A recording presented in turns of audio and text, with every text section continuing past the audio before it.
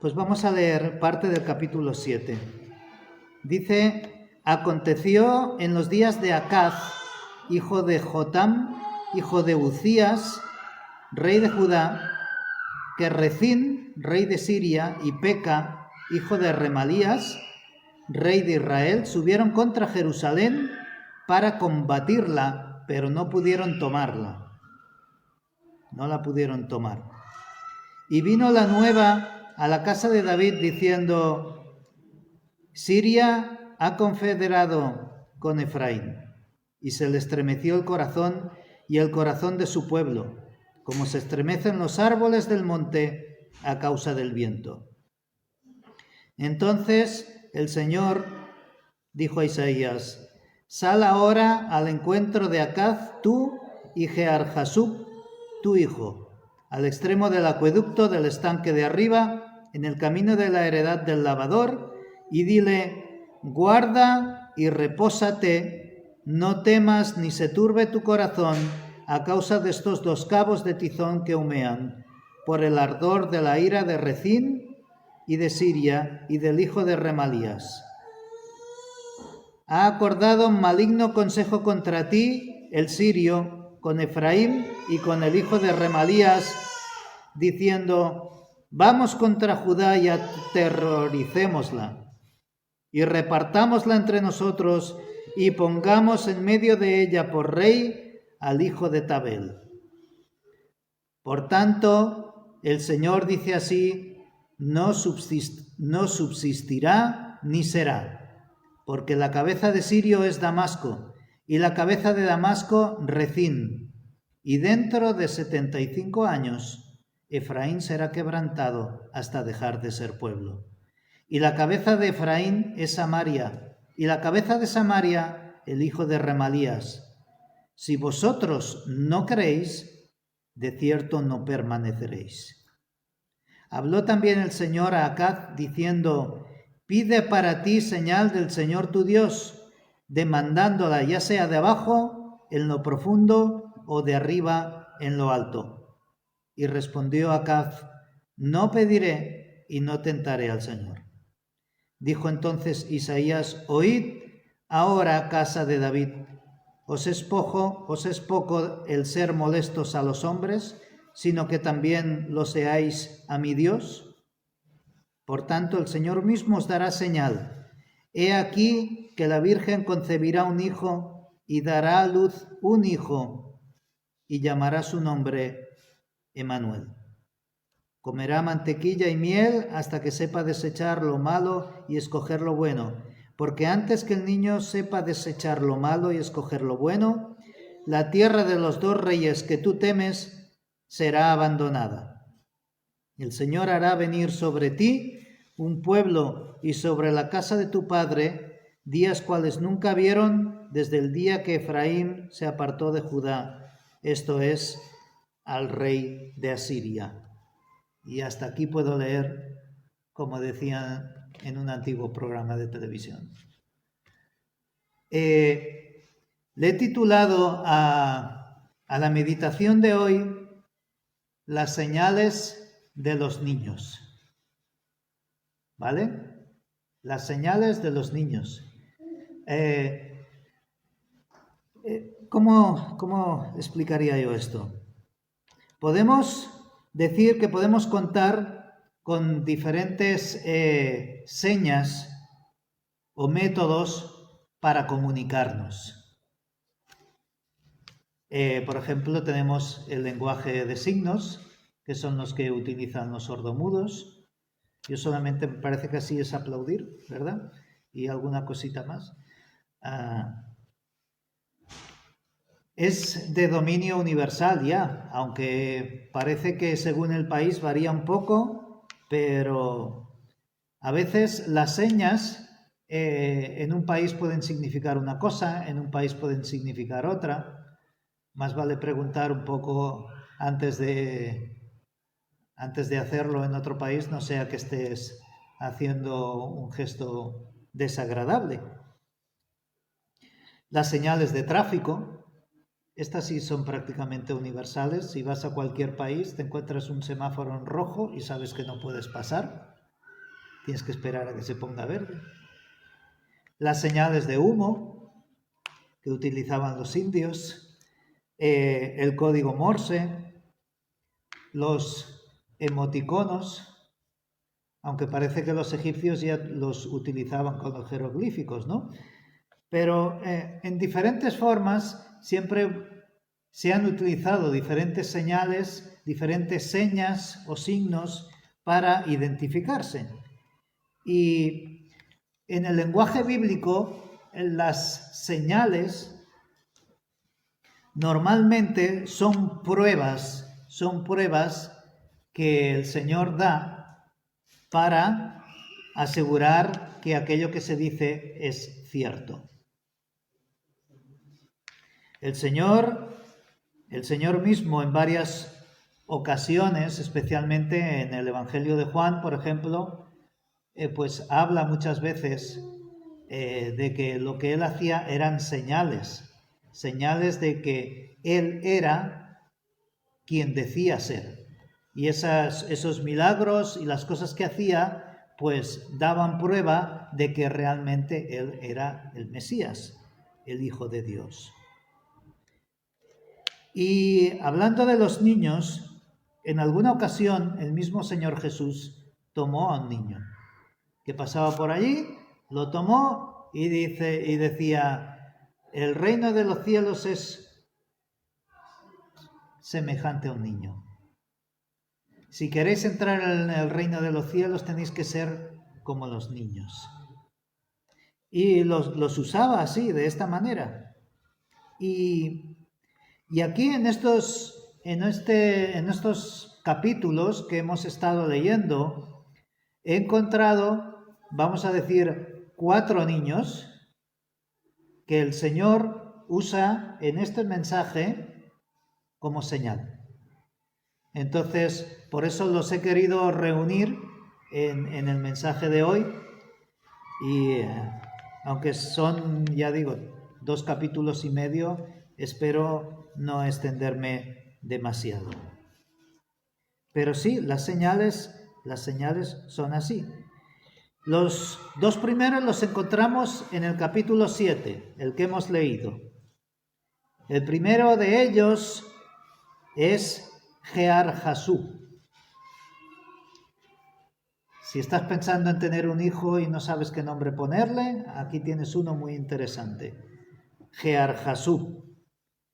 Jear-Jasub quiere decir un remanente volverá. Un remanente volverá. Vayamos por un momento, lo primero que nos habla es del contexto en que se encuentra este pasaje para que entendamos lo que ocurre. Acaz, el rey con el que habla aquí Isaías, era el nieto de Uzías, el que estuvimos hablando la última vez en el capítulo 6. ¿Os acordáis? Aparte de la visión, ¿os acordáis de lo que pasó con este rey?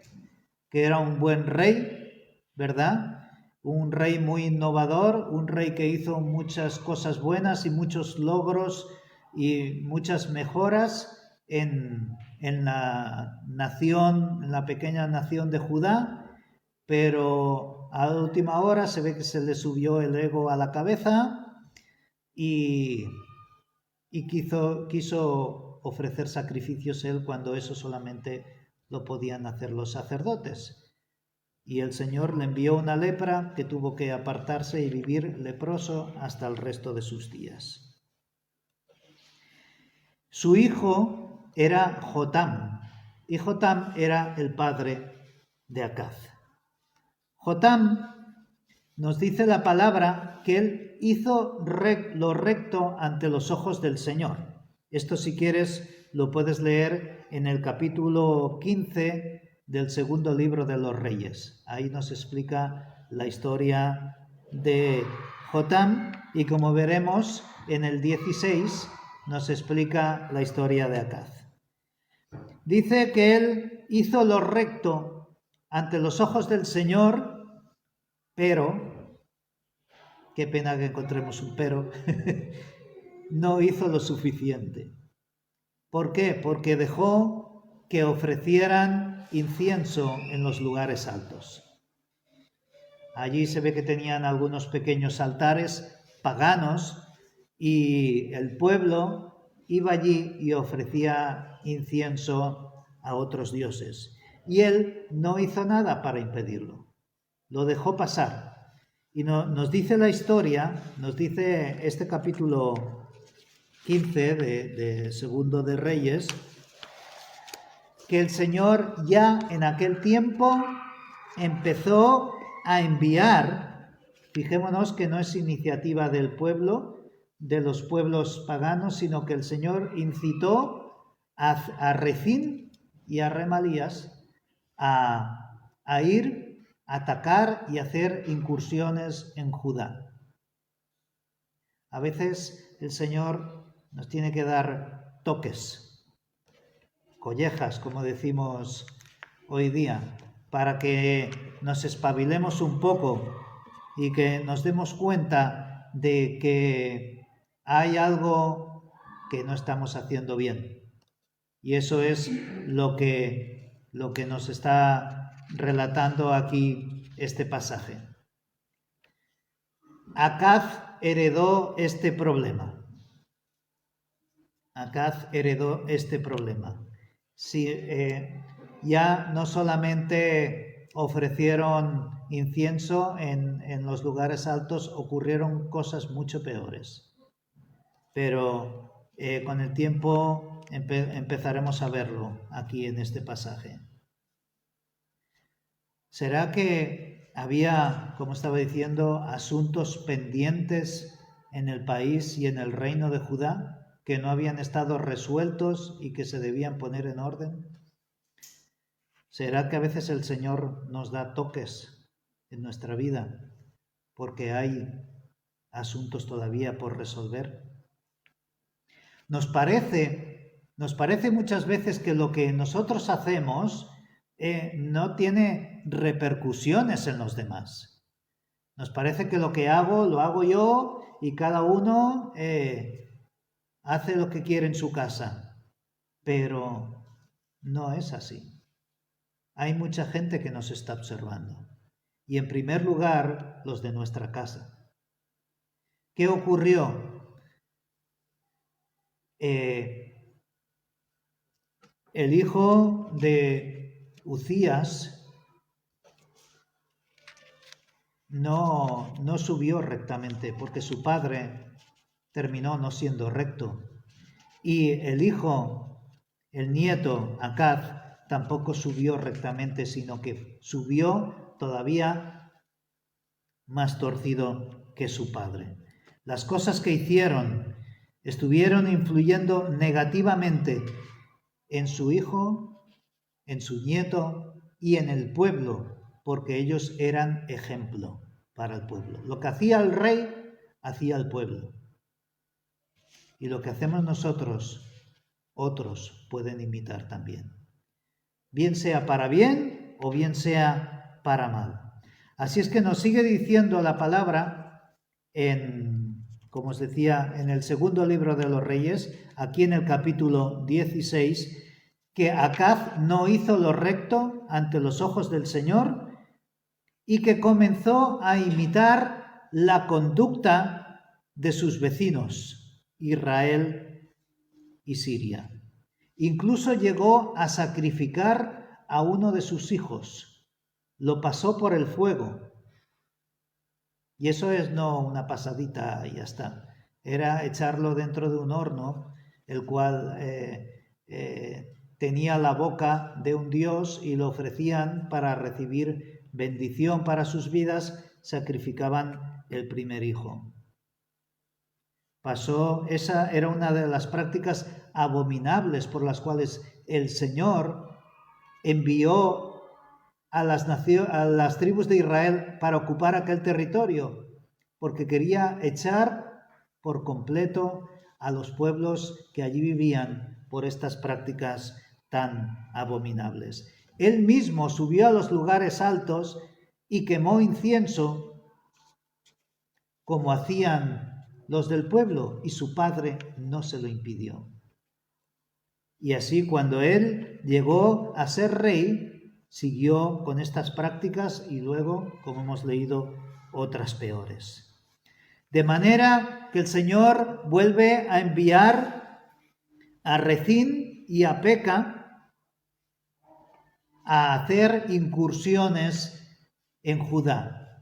Pero ya no solamente hacer incursiones, sino que se juntan y crean una trama, y aún si leemos en estos capítulos de Reyes y de Crónicas, vemos que el otro vecino, su antiguo hermano Esaú, se une a esta confabulación y quieren ya no solamente hacer algunas incursiones y tomar algunos pueblos como ya habían tomado, quieren tomar completamente Judá, hacer lo que quieran con él, matar al rey, sacarlo del reino y poner un rey títere que puedan manejarlo como ellos quieran.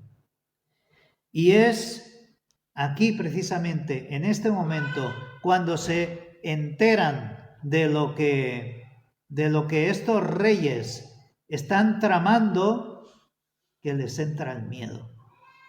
Dice que se pusieron a temblar como tiemblan las hojas de los árboles cuando hay un poco de viento.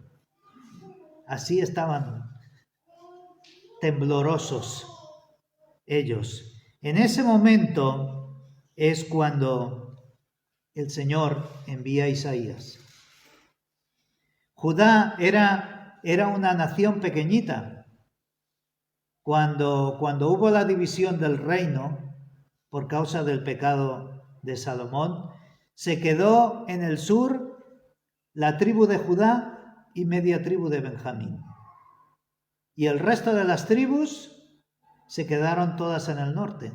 Era, podríamos decir, una y media frente a 10 y media, y algunos levitas que se quedaron por aquí, otros por arriba.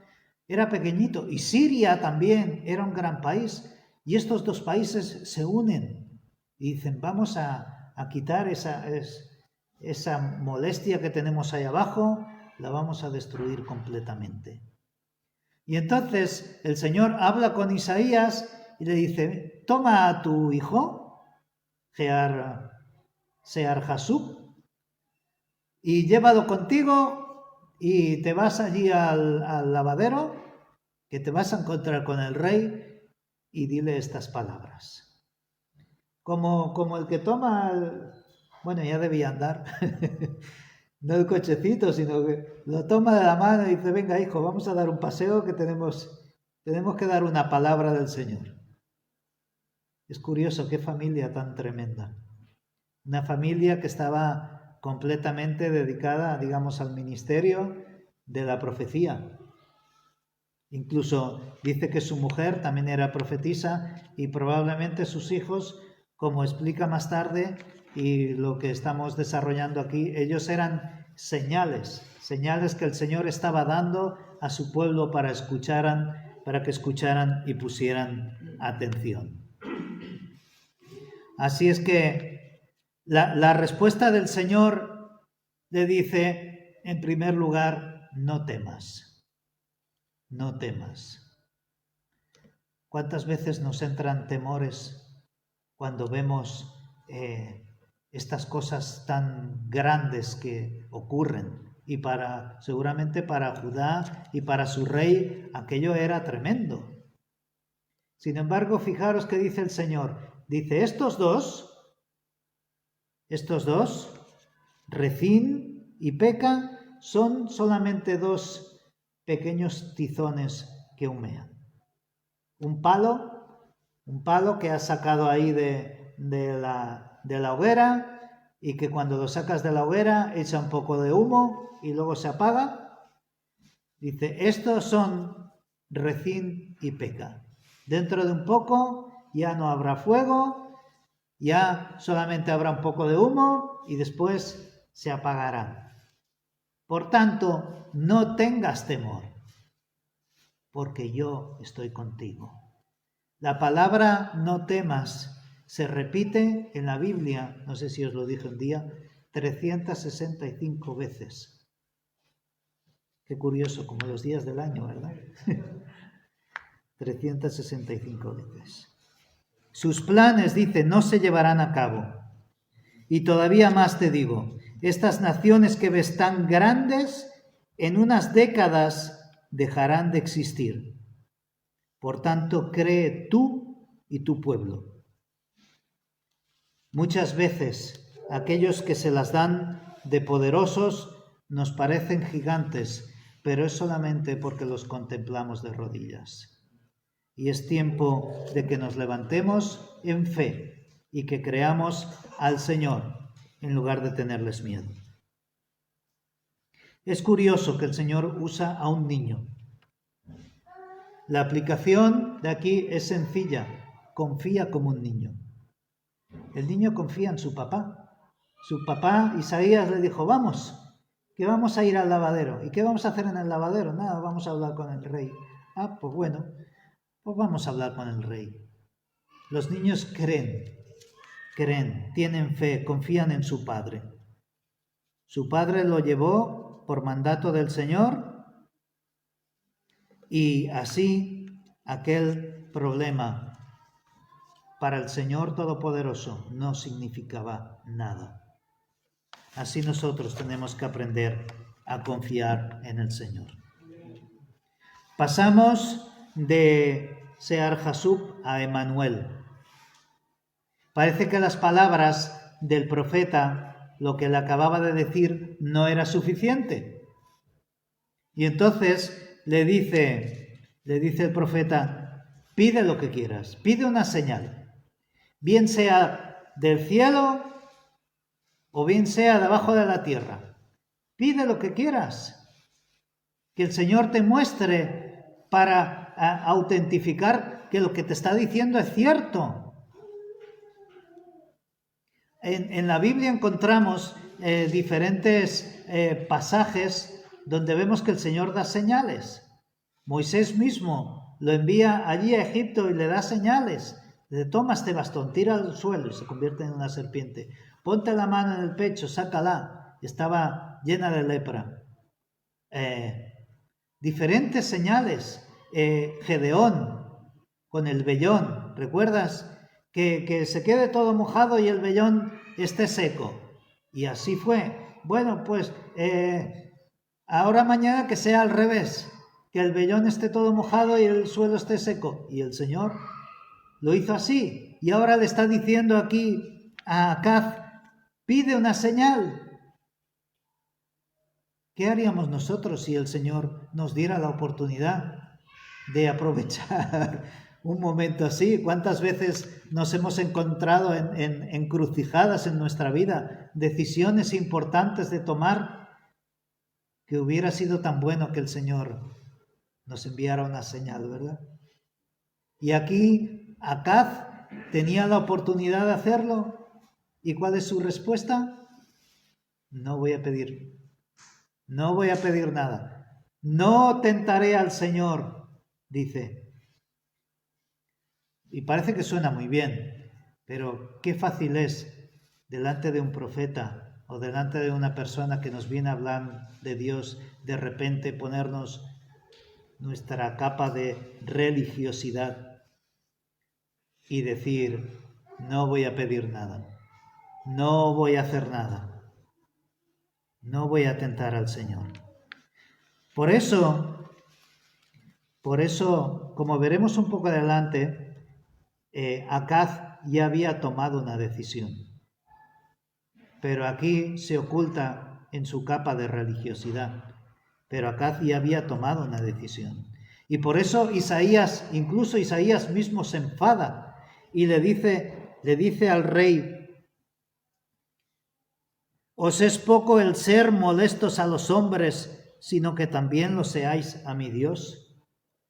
Isaías estaba molesto y Dios también. No le agradó la respuesta de Acaz y mucho menos le agradó o le agradaría si sabía lo que iba a hacer. Sin embargo, el Señor, en su misericordia, dice, yo os voy a dar una señal.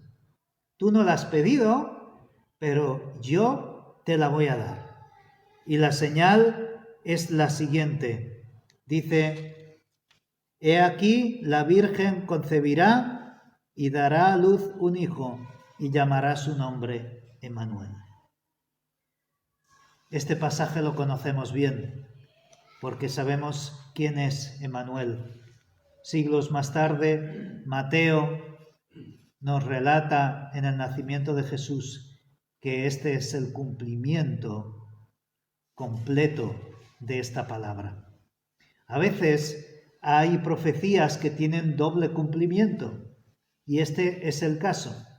Solamente el Señor sabe cuándo es el momento y cuándo es el lugar, y si una profecía tiene un cumplimiento o si tiene más de uno.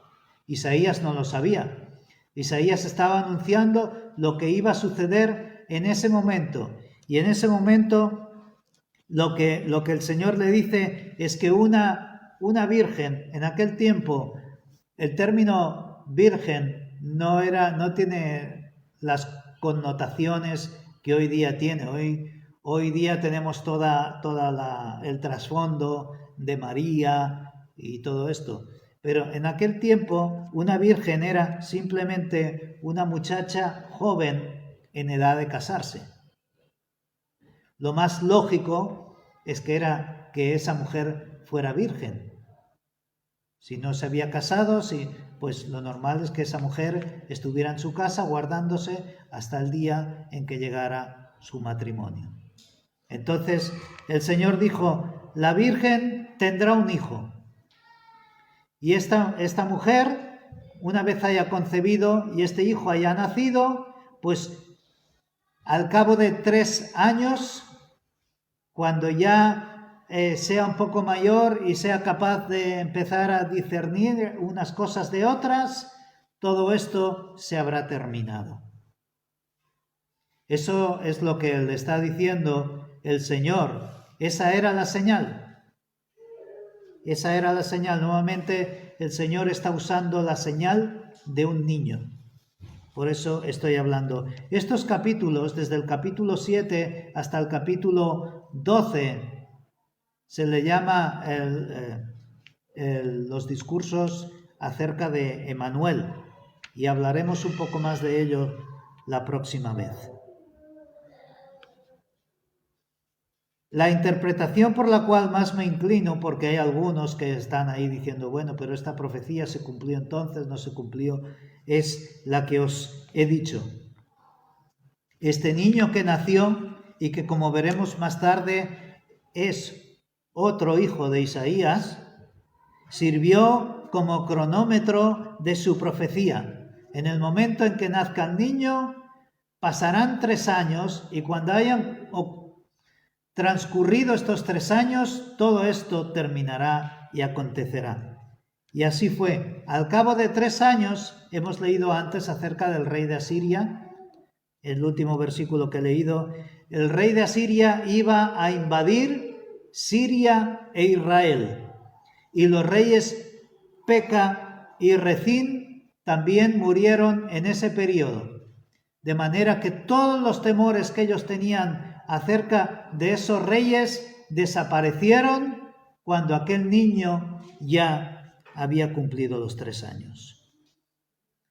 Pero Judá también fue invadido y pagó por su transgresión. El Señor los desafía aquí y les dice, versículo 9: si vosotros no creyereis, de cierto no permaneceréis. Y eso fue lo que ocurrió, que ellos tampoco acabaron de creer la profecía que les estaba dando al Señor. Terminando este capítulo, decir que Judá fue liberado tras el nacimiento de este niño, pero más tarde, siglos más tarde, vino otro niño, el cual no solamente liberó a Israel, sino que con su vida y con su muerte liberó a toda la humanidad del pecado. Ese niño le llamaron Jesús, aunque el mismo ángel dijo que era Emmanuel. Le dijo a su padrastro José. Pasamos al capítulo 8. Aquí encontramos otro niño, Maher Salal Hasbaz. Si era difícil el de antes, todavía más. Maher Salal Hasbaz. Su nombre significa el despojo se apresura o la presa se precipita. El Señor lo dijo así, yo no le llamaría a mi hijo así, pero el Señor le dijo que le llamara a su hijo así porque su nombre era la señal, era la profecía que el Señor estaba enviando y que también se iba a cumplir. Aquí es el tiempo en que se está llegando la invasión de Asiria. Los reyes que los amenazaban iban a caer. Por eso el despojo se estaba apresurando. Pronto iban a llegar los invasores e iban a despojarlos de todo lo que tenían. Y pronto ellos iban a desaparecer también. Pero qué pena que el reino de Judá, poco más tarde, cayó también. ¿Cuál es la decisión que había tomado Acaz? Porque os he dicho antes que Acaz ya había tomado su propia decisión. Por eso decía, no, yo no voy a tentar al Señor, yo no digo nada. ¿Qué es lo que hizo Acaz? Se fue al templo, sacó todo el oro que había en el templo, que estaba dedicado al Señor. Y luego del pueblo recogió lo que pudo, hizo un viaje hasta el reino creciente de Asiria, que era en aquel tiempo el que estaba subiendo con más ímpetu y que tenía más poder, y le dijo al rey de Asiria, aquí tienes todo este oro, te lo doy, te lo regalo, solamente te pido una cosa, que deshagas tu alianza con Siria y con Israel. Que deshagas tu alianza y entonces ya tienes, con todo este dinero que yo te doy, ya tienes de sobras y puedes hacer con ellos lo que tú quieras. Solamente quiero que ellos me dejen tranquilo, que me dejen en paz y yo vivir tranquilo también. Y el rey de Asiria dijo, vale, muy bien. En aquel tiempo, Tiglat-Pileser, el rey asirio, deshizo su alianza con estos dos grandes países porque él era más grande todavía y los invadió. Y se quedó con todo lo que estos dos reinos tenían. Pero no terminó todavía aquí las maldades de Acaz. Nos sigue contando la palabra de Dios que cuando llegó allí visitó un templo pagano y vio un altar al dios pagano que se quedó con la boca abierta. No nos explica exactamente cómo era, solamente dice que le impresionó hasta tal punto que volvió otra vez a Judá, llegó al templo del Señor, mandó quitar el altar de los sacrificios que Salomón había mandado construir y pidió que le hicieran una réplica exacta del templo que había visto en Asiria. Y dijo, a partir de ahora, aquí se van a realizar los sacrificios porque yo lo digo. Y más tarde invitó a aquel rey, Tiglat-Pileser, y lo que el Señor no permitió que hiciera Uzías, ese rey pagano lo hizo. Entró en los atrios del templo, ofreció sacrificios y todos la mar de contentos. Menos el Señor, obviamente, e Isaías también. Entonces, es por eso que el Señor está dando palabras aquí de reprensión, diciendo, todo esto va a acabar mal. Va a acabar mal no solamente para Siria y para Israel, sino que va a acabar mal para Judá también. Lo que tenéis que hacer realmente es, en lugar de temer a estos reyes, a estos reinos que os parecen más grandes, tenéis que temerme a mí, porque yo soy el Todopoderoso. A quien realmente tenéis que servir y procurar hacer las cosas conforme a mi ley. Una de las palabras que me llaman aquí, y con esto quiero simplemente dar un par de pinceladas de este capítulo. La primera de ellas es que el Señor le dice, Isaías dice en el versículo 18,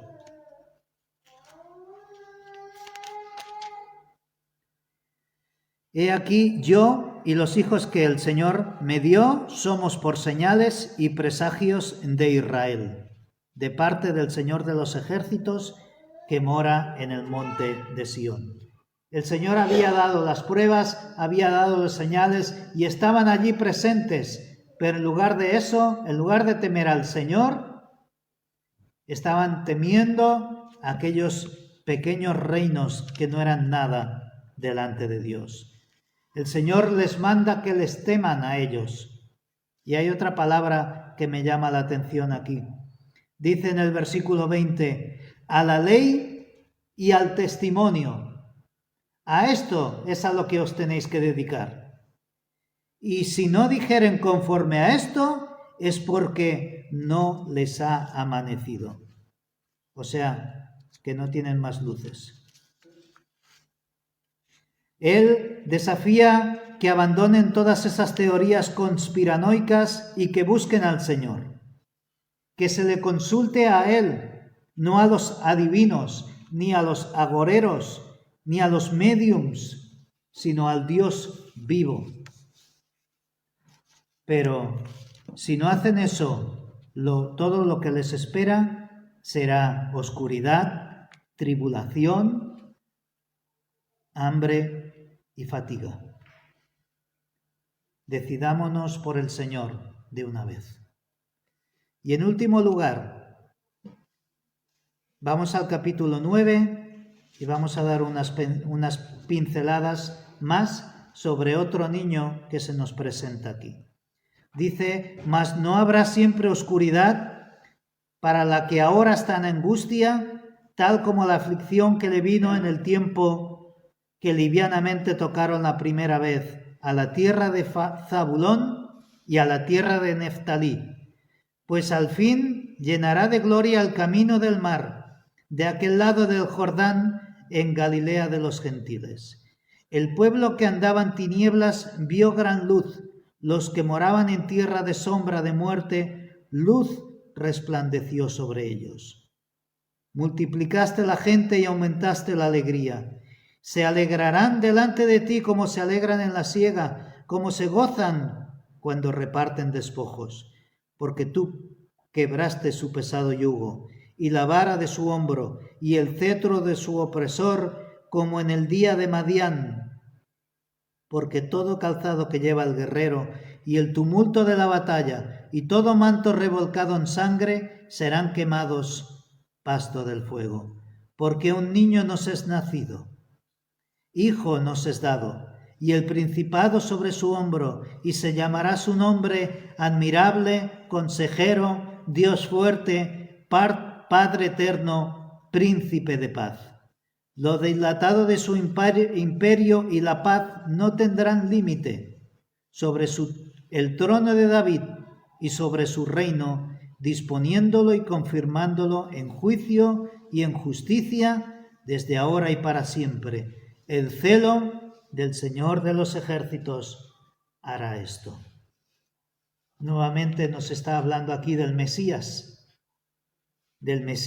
otro niño que iba a nacer, aunque este iba a ser muchos años más tarde.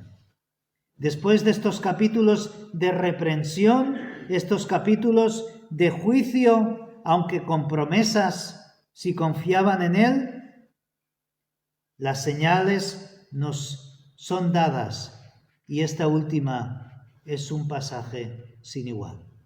El Mesías vendrá. En el libro de Isaías se nos habla muchas veces acerca del Mesías, y cada una de esas profecías se cumplen en Jesús. Aquellos territorios que habían sido asignados a las 12 tribus de Israel, los que estaban más arriba, más al norte, eran Zabulón y Neftalí. Fueron los primeros que fueron invadidos por el rey de Asiria, Tiglat-Pileser. Y serían precisamente estos territorios donde habían vivido aquellas tribus, donde habían sufrido esa primera invasión del rey de Asiria, los lugares que el propio Jesús recorrería con sus pies.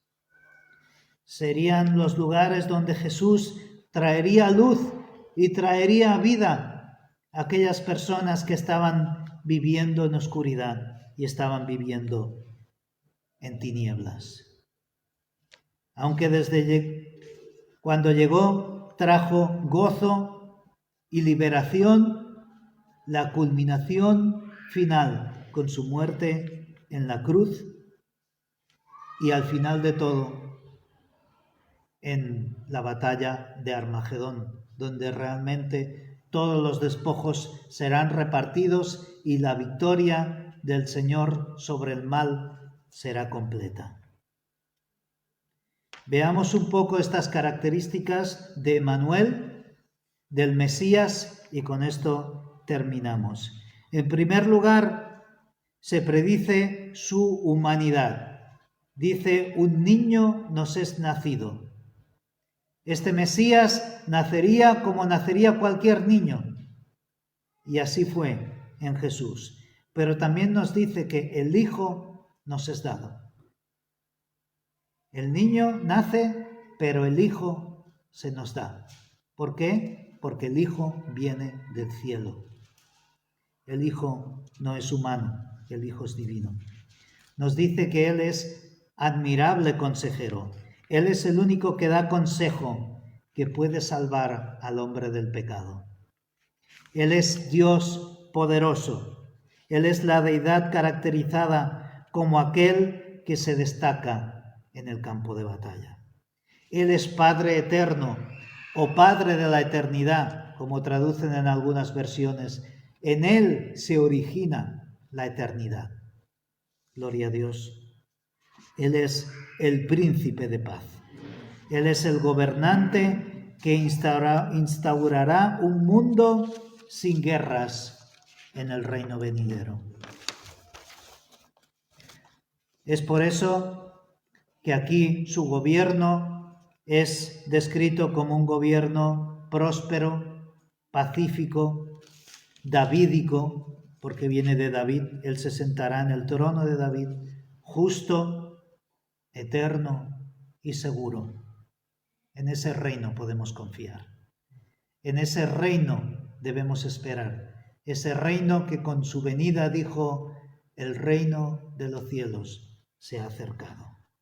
Él llevará a término todas las promesas que fueron dadas a David y será el autor de las promesas dadas para Israel y para todo el mundo, porque contará con el celo de Dios para llevarlo a cabo.